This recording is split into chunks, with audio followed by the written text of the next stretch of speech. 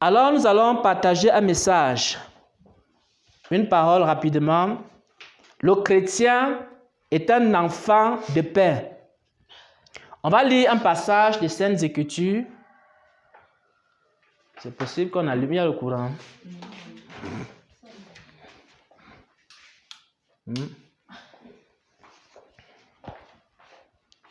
Voilà, on va lire un passage des Saintes Écritures. Le chrétien est un enfant de paix. Le message de ce jour, c'est le chrétien est un enfant de paix. Il y a 3 passages comme référence biblique. Nous avons Luc 10 au verset 6. Nous avons Matthieu 5 au verset 9. Et nous avons Romains 12 au verset 18. Si quelqu'un est à la page, la personne va lire Luc 10 au verset 6. Luc 10 au verset 6. Amen. Je lis pour nous la parole du Seigneur. Amen. Et s'il se trouve là un enfant de paix, votre paix reposera sur lui. Sinon, elle reviendra à vous. Amen. Amen. Dans Luc chapitre 10 au verset 6, le Seigneur fait une déclaration. Dans la déclaration, il dit que si quelqu'un entre dans une maison, il doit proclamer la paix dans cette maison. Et si dans cette maison, il se trouve quoi? Un enfant de paix. Votre paix que vous avez proclamée va reposer sur lui. Sinon, elle va revenir à vous. C'est-à-dire, Dieu distingue 2 types de personnes sur la terre. Ceux qui lui appartiennent sont appelés des fils de Dieu et ils sont aussi appelés enfants de la paix. Les personnes qui appartiennent à Dieu sont appelées fils de Dieu. Pourquoi? Parce qu'ils marchent par l'Esprit de Dieu. Ceux qui sont conduits par l'Esprit de Dieu sont fils de Dieu. Mais ils sont aussi appelés enfants de paix parce que ce sont des hommes et des femmes qui recherchent la paix.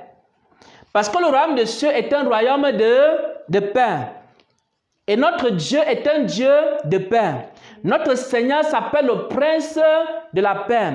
C'est pourquoi mon frère, c'est pourquoi ma soeur, si tu es un chrétien ou alors tu es une chrétienne et tu aimes les problèmes, tu n'es pas véritablement un enfant de Dieu. Tu n'es pas véritablement un enfant de la paix.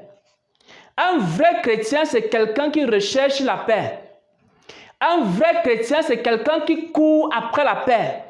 Un vrai chrétien, c'est quelqu'un qui, lorsqu'il est dans sa famille, il recherche la paix. Un vrai chrétien, c'est quelqu'un, lorsqu'il est dans son foyer, dans son ménage, il recherche la paix. Un vrai chrétien, c'est une personne qui, lorsqu'il ou elle se retrouve dans une entreprise, il doit rechercher constamment, continuellement la paix. Et dans Matthieu 5, au verset 9, il est écrit « Heureux ceux qui procurent la paix, car ils seront appelés fils de Dieu. » Donc ce n'est pas un sujet de gloire pour un chrétien d'avoir les problèmes avec tout le monde. Parce qu'il y a un passage des Saintes Écritures sur lequel les chrétiens s'appuient. Ils disent que tous ceux qui doivent vivre en Jésus-Christ seront persécutés et cela n'est pas faux. Mais il y a 2 types de persécutions. Il y a la persécution qui vient du fait qu'on se tienne dans la vérité. Il y a aussi des persécutions qui viennent de nos propres erreurs. Il y a aussi des persécutions qui viennent de nos mauvais caractères. Il y a aussi des persécutions qui viennent des mensonges qui sont sortis de nos bouches. Il y a aussi des persécutions qui viennent de l'orgueil. On ne doit pas se glorifier de toutes les persécutions. il y a des persécutions qu'on peut éviter. C'est pourquoi j'aimerais qu'on lise un passage des Écritures pour attester ce dont je parle. Qu'on lise Romains 12 au verset 18, vous allez comprendre ce dont je parle. Dans Romains 12 au verset 18.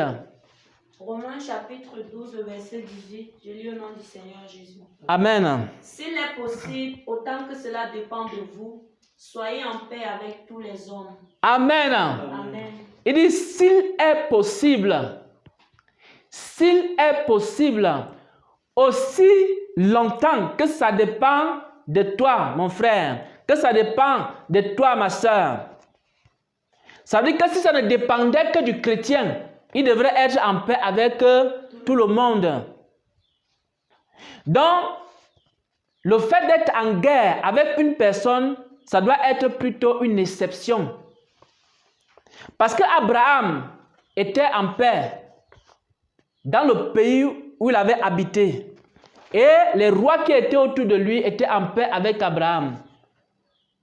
Nous avons aussi Joseph qui était parti en Égypte. Joseph aussi était en paix en Égypte. Il avait été adopté par Pharaon. On peut être avec des non-croyants et vivre en paix avec des non-croyants. Amen. Et nous avons suivi le témoignage tout à l'heure. Nous avons vu, la sœur est partie en famille. Il y avait des personnes qui avaient des griefs contre elle. Mais quand elle a rendu son témoignage, qu'est-ce qui s'en est suivi? Après, elle était maintenant en paix avec sa famille. Ça veut dire que Dieu ne veut pas que nous soyons constamment en guerre contre les membres de nos familles. Mais on doit rechercher la paix. Parce que Dieu est le prince de paix.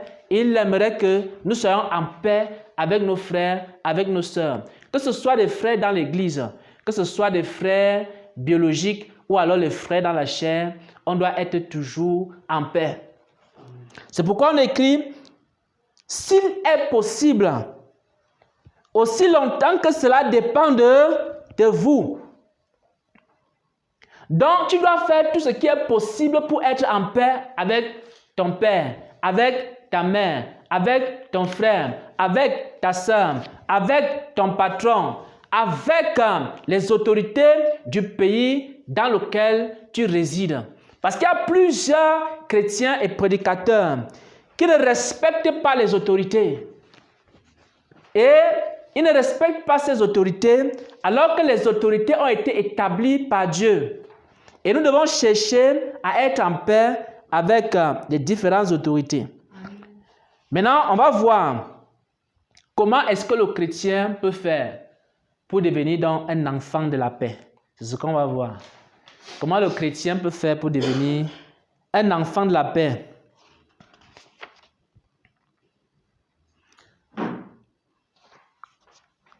On va prendre quelques passages des Écritures.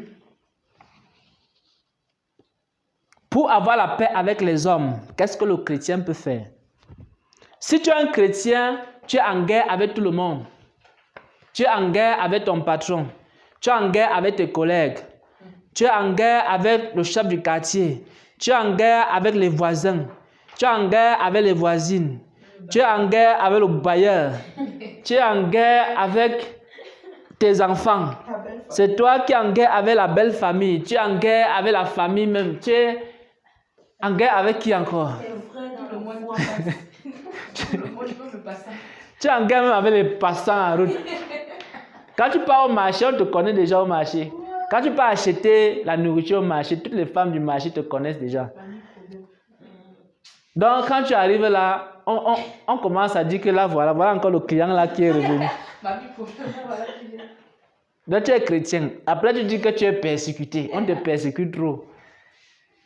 Un chrétien qui est en guerre avec tout le monde, même avec quand tu arrives au supermarché, les caissières qui sont là, les serveuses, elles savent déjà. Elles se font les signes. Que, regardez, regarde. Elle est là. Ouais, un peu. Parce qu'on sait que ça va chauffer dans le supermarché. Ouais, un peu. Donc, comment on peut faire? pour rechercher la paix et être en paix avec les hommes. C'est vrai que, bibliquement, on ne peut pas être en paix avec tout le monde. Ce n'est pas possible. Ce n'est pas possible d'être en paix avec tout le monde. Même si on est en paix avec tout le monde, on ne peut pas être en paix avec tout le monde tout le temps. Il y aura toujours des moments où il y aura des petites discordes. Mais un chrétien doit d'abord rechercher la paix. Et comment il peut faire pour avoir la paix avec les hommes? On va voir première chose. Il doit d'abord pratiquer la justice. Pratiquer la justice, c'est quoi? Il ne doit rien devoir à personne. J'aimerais qu'on lise ce premier élément dans Romains 13 au verset 8. Romains 13 au verset 8. Ne devez rien à personne si ce n'est de vous aimer les uns les autres. Car celui qui aime les autres a accompli la loi. Amen. Amen. Donc, dans Romains 13 au verset 8, on énonce ici le premier principe pour être en paix avec son entourage, pour être en paix avec les hommes. La première chose qu'il faut faire ici, il ne faut rien devoir à personne. Amen. Si vous voulez les problèmes, il faut commencer à devoir aux gens. Vous aurez les problèmes dans vos vies. Allez prendre l'enfant d'autrui, vous amener dans votre maison sans l'autorisation de son père, vous aurez les problèmes. Je vous dis là, si vous cherchez les problèmes, allez. Vous partez prendre l'enfant d'autrui, vous l'amenez chez vous. Parfois, vous voyez voisin, voisine, ils se saluent seulement. Et puis, l'autre n'entre pas dans la maison de l'autre. Et puis maintenant, chaque jour, son enfant est chez toi. Après, maintenant, maman appelle son enfant, on dit que non, l'enfant ne doit pas rentrer chez sa mère parce que je suis en train de lui donner la nourriture. Maman appelle encore une deuxième fois, il faut venir à la maison, dit que non, elle est plutôt chez la voisine et la voisine est en train de lui commissionner pour faire autre chose. Vous pensez que cette femme-là elle n'aura pas le problème avec sa voisine? La Bible dit ne devez rien à personne. Quand vous devez quelque chose à une personne, vous aurez le problème avec la personne. Même avec le diable, vous ne pouvez pas avoir de problème avec le diable si vous ne lui devez rien. Parce que Jésus a dit quoi? Satan n'a rien à moi. Quand tu as encore la colère du diable, le diable ne va pas te laisser en paix. Amen. Oui. Quand tu as encore l'impudicité du diable, les maris de nuit et les femmes de nuit vont venir te visiter. Parce que l'impudicité est dans ton cœur. Quand tu auras encore la jalousie du diable, parce que tu as ces choses, quand tu dois encore au diable, le diable va compter tout ce que tu lui dois. Il va faire la comptabilité, il va venir te réclamer ça. Il va te réclamer ce que tu lui dois. Il va dire, je viens te jeter la maladie parce que c'est toi qui as encore mes rancunes dans le cœur. Tu as encore mon orgueil dans ton cœur. Pourquoi est-ce que tu as mon orgueil? Comme tu as mon orgueil, je viens te lancer la maladie. Donc, que ce soit avec des êtres humains, que ce soit avec des esprits, les hommes ne peuvent rien te faire, ni les esprits, si vous ne devez rien. Je vous donne mon secret. Mon secret, c'est ne rien devoir à personne. Et vous allez voir même dans la vie d'Abraham. Abraham ne cherchait pas à devoir quelque chose à quelqu'un. Lisez bien attentivement l'histoire d'Abraham. C'est vrai qu'Abraham a commis des erreurs au début, mais lorsqu'il a compris, il ne voulait même pas. On a même voulu donner un champ, je crois, pour enterrer Sarah. C'était cadeau. Il a dit que non, il va payer. Il avait dit que je ne veux pas le cadeau, il va payer. Il ne voulait rien devoir à personne. Et ça faisait que ça lui épargnait beaucoup de problèmes. Donc, ne devez l'argent de personne. Ne prenez les enfants de personne. Ne prenez pas les choses qui appartiennent aux gens. Mais donnez à chacun ce qui lui est dû. Et ça, c'est le premier principe pour avoir la paix.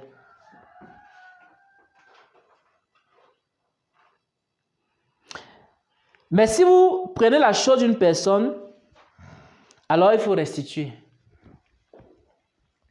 Et si vous avez offensé une personne, il faut faire quoi? Il faut demander pardon. Quand vous demandez pardon, moi j'ai expérimenté ça. Même en entreprise, Vous avez un problème avec le patron, vous avez un problème avec un collègue. Ne jouez pas aux chrétiens orgueilleux, c'est moi qui connais la Bible, je me défends. Si vous avez un problème avec un collègue, soyez toujours le premier à demander pardon pour chercher la paix. Vous allez voir que les non-croyants sont plus sensibles au pardon que les croyants même. Parce que parfois, tu peux avoir un frère, tu demandes pardon au frère. Pardon, s'il te plaît, frère, j'ai fait ceci, je reconnais. Mais quand vous partez voir un non-croyant, vous lui demandez pardon. Il est sensible au pardon. Donc, si, par exemple, dans une entreprise, vous avez fait du tort, quelqu'un vous a fait du tort, vous avez des problèmes, soyez toujours le premier à demander pardon. Deuxième chose, on a vu que pour avoir la paix, il faut pratiquer la justice. Deuxième chose, comment faire pour avoir la paix? Il ne faut pas se mêler de la vie d'autrui. Il ne faut pas se mêler des choses des gens. Si vous voulez avoir les problèmes, mêlez-vous de la vie des gens. Vous aurez les problèmes. On va lire un passage, 1 Pierre 4, verset 15. Ça, c'est le deuxième secret pour avoir la paix. 1 Pierre 4, verset 15. 1 Pierre 4, verset 15. Que nul de vous, en effet, ne souffre comme meurtrier, ou voleur, ou malfaiteur, ou comme s'ingérant dans les affaires d'autrui. Amen. Amen. Voilà. C'est l'apôtre Pierre qui dit cela. Parce qu'il y a plusieurs qui partent s'ingérer dans la vie d'autrui, après ils disent qu'on les persécute. Et le Seigneur Jésus dit cela à travers l'apôtre Pierre. Il dit que personne ne doit souffrir comme voleur. Parce qu'il y a des gens qui partent voler, après il dit qu'on les a persécutés. Tu pars voler. On commence à te dire qu'on va te mettre en prison, on dit que c'est la persécution. Ce n'est pas la persécution. On a dit comme voleur, comme quoi encore? Comme malfaiteur. Voilà, il y a des gens qui font les mauvaises choses. Quand on commence à les reprocher, ils disent que non, je suis persécuté, c'est parce que je suis chrétien. Non, c'est parce que tu es malfaiteur. Il y a encore quoi qu'on dit dans... S'ingérant dans les affaires d'autrui. Quand tu t'ingères dans les affaires d'autrui, également, la Bible dit que si on te persécute, là, c'est d'abord un péché. Si on te persécute pour la justice, il n'y a pas de problème. Mais si on te persécute parce que tu es allé te mêler des affaires des gens, alors tu es dans le péché. Et vous allez remarquer que moi, je ne me mêle pas des affaires des gens. Si quelqu'un ne t'implique pas dans sa vie, ne peut pas mener les enquêtes sur lui. Amen. Je vous dis la vérité. Si quelqu'un veut te cacher sa vie, ne peut pas chercher à connaître. Si quelqu'un ne te pose pas ses problèmes, ne peut pas trop forcer pour chercher à savoir quel est son problème. On mène les enquêtes. Voilà, nous ne sommes pas des détectives privés pour chercher à connaître dans les détails la vie de l'autre, non. Si quelqu'un ferme sa vie comme ça et dit non, je ne vais pas montrer ma vie à frère Xavier, laisse-le dans ces choses. Amen. Voilà. Voilà, c'est l'histoire du Seigneur Jésus. On lui a dit qu'il devait juger une affaire de famille. Voilà, il fallait partager les biens. On est venu voir Jésus, on a dit que partage les biens. Jésus a dit que non, moi je n'ai pas été envoyé pour partager les biens. Parfois, on vous montre des histoires comme ça, on vient dire, frère Dorval, sœur telle, dis-moi un peu, entre moi et mon mari, là, qui a raison? Et c'est souvent des histoires de mari et femme là que vous partez trouver, prendre les problèmes. Oui, histoire mari-femme. On vient te mettre au milieu. Hein? Bon, et ma femme a fait ceci. Et quand tu arrives aussi, quand le mari n'est pas là, la femme dit aussi, mon mari a fait ceci. Tu commences à prendre parti. On dit que tu as supporté. On dit que c'est toi qui l'encourage. Donc c'est toi qui encourages ma femme. Donc depuis qu'elle est là, elle ne fait pas ceci. Comme elle ne lave pas les habits, c'est toi qui l'encourage. Comme elle est devenue paresseuse, c'est toi. Maintenant, si tu prends le parti de l'homme, maintenant c'est la femme qui va te prendre en charge. Ouais, un peu. Donc, il ne faut pas se mêler dans des affaires de couple, des histoires de foyer. Parce que si tu deviens arbitre entre un homme et une femme, je vous dis la vérité, tu vas entrer dans les problèmes. Vous savez pourquoi? Parce que le jour qu'ils vont arranger leurs problèmes là à minuit, quand ils vont arranger leurs problèmes, là, la femme vont arranger leurs problèmes, ils ne vont plus. Le jour là, ils vont te mélanger maintenant. Oui. Vous savez, je vais vous raconter une histoire sur les affaires de couple. Quand l'homme est fâché contre la femme, vous voyez un peu, il y a des choses que l'homme va cacher à la femme. Et l'homme va venir te dire. Quand la femme, elle est aussi fâchée contre son mari, elle va cacher des choses à son mari, elle viendra te dire. Et toi aussi, tu vas aussi lui donner des conseils à l'homme et tu donnes les conseils à la femme. Les deux ne savent pas que tu es au courant de leurs secrets. Le jour où les deux vont se mettre ensemble, d'accord, et bisous va recommencer à passer entre les deux là. Je vous dis la vérité, cette nuit-là, c'est toi qui seras au centre. On va te placer comme ça. On va te dire, ma chérie, tu vois un peu. Est-ce que tu sais que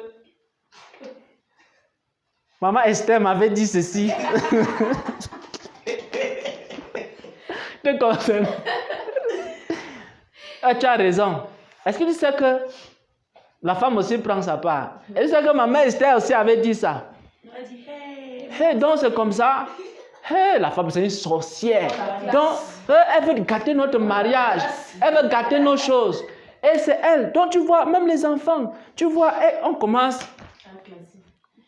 Le matin là, ça commence ta part. Dès que le matin 6 heures arrive, pour le téléphone. On ne veut plus te voir ici à la maison. On ne veut plus que tu fasses ceci. On ne veut plus cela. Ouais, un peu. Donc, ne vous mêlez pas des affaires d'autrui. Si quelqu'un vous cache sa vie, n'allez pas mener les enquêtes sur la personne. Troisième chose, il vous faut la sagesse.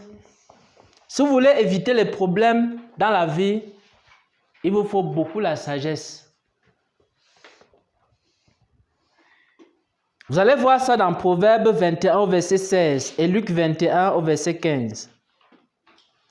Parce que celui qui agit avec sagesse apporte la paix. Et vous connaissez le jugement de Salomon. Parce qu'il y avait un problème entre deux femmes. Et avec la sagesse, Salomon a ramené la paix. Quand vous avez la sagesse, non seulement vous n'aurez pas de problème avec les gens, mais en plus, vous allez apporter la paix dans les familles. Imaginez par exemple qu'il y a un problème dans votre famille. Si vous avez la sagesse, vous savez comment parler aux gens pour qu'il y ait la paix dans la famille. S'il y a des problèmes dans l'église et que les leaders ont la sagesse, ils sauront comment parler aux gens pour que l'église soit restaurée et qu'il n'y ait pas la guerre dans l'église. Et l'un des dons spirituels que les pasteurs doivent rechercher, c'est le don de la parole de sagesse. Parce que parfois quand la guerre commence dans l'église, entre frères, entre sœurs, et qu'un autre esprit est entré dans l'église, il faut la sagesse de Dieu. Je sais que c'est l'un des dons que les gens ne cherchent pas. La sagesse.